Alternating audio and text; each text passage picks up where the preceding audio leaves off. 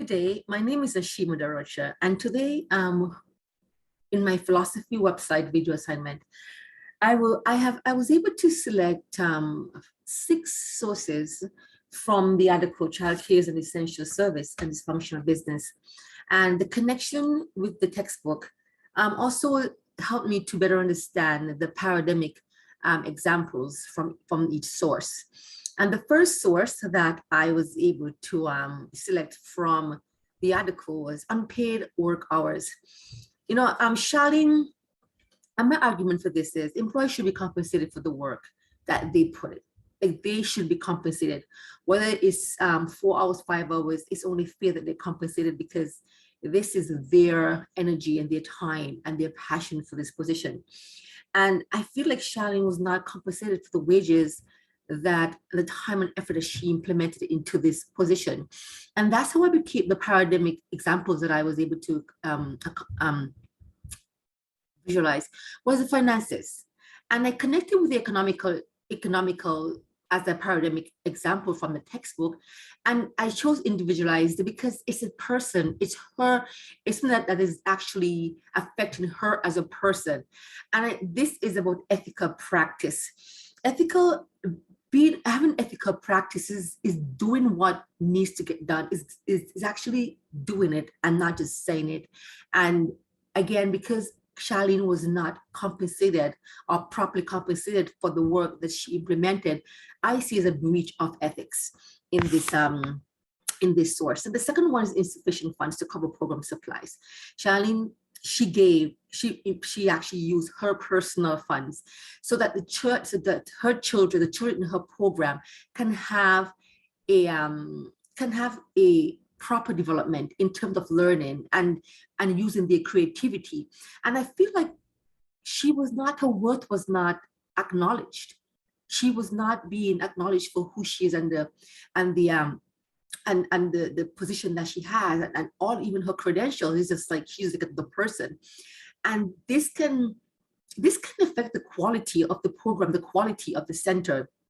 And again, I saw ethics of care, being able to care about the people who actually implement this time, who actually implement their effort, to actually implement. Charlene actually went out of her way to use her own fund, which she's already not making enough, to making sure that these children has an environment that is balanced and well developed and that can encourage their curiosity and their learning. And then the other one that came to mind is the low pay and lack of benefits. It's already, it's like I feel like she doesn't, it's not like she's deserving of this. Like, it needs to be more deserving. And then the value of her work, the value of the thing that she's capable of doing. And, employees are not reaching sufficient benefits to cover all their medical needs. So and we all know benefits is so important. Regardless of what situation or circumstances you may be encountering, we need these benefits.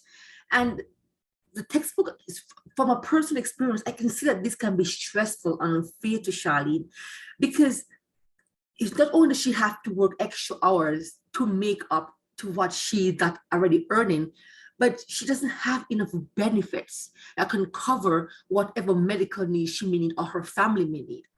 And this comes to families who are paying more for childcare than their mortgages. And this is that is actually been that we've all as ECEs has been looking into, going over, hearing about a lot in the media. And even through our classes, we have families that are having a difficult time financing their fees, and it's become stressful for families. And I see this as a lack of support for the families. And this is going to be as marketization. This is and human capital. Like, it's all about what we get from the family, but what is not what we give to the families. It's more of a business than the genuine care of the families. And I see this as not being considered. The families are not being taken into consideration, and their needs, and what can actually put them in a better position, not only to be better families and better parents, but so the children can have a better chance of an environment that is healthy and fulfilling, and allow them to have a more positive development in the child center. And then I came upon commitment to anti-racism and true reconciliation training. Like, we as educators need to understand what others been through. We need to know about other diversities. And my argument is that this can display diversity and more sensitivity to each culture, because Canada is built on diversity and multiple cultures. So we need to know about these different cultures. We need to understand. And this is where the epistemology comes in, because we need to know. And what I got from the book is a reconceptualizing early childhood education group. And the last one is improving the situation, the proper resentment and recruitment. We need to advocate awareness. We need to build on the awareness. We need to know the truth and the ethics of counter by the philosopher Emmanuel Levinas said that we need to know, we need to understand, we need to know what is happening. We need to understand, we know the truth about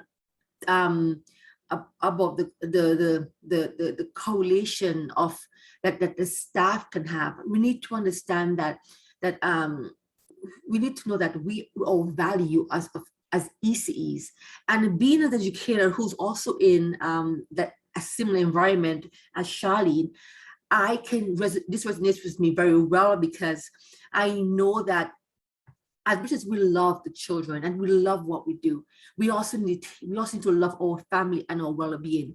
And the stress and the lack of income can be very, very, very, very not only stressful, but can also have us question who we are as ECE and our worth.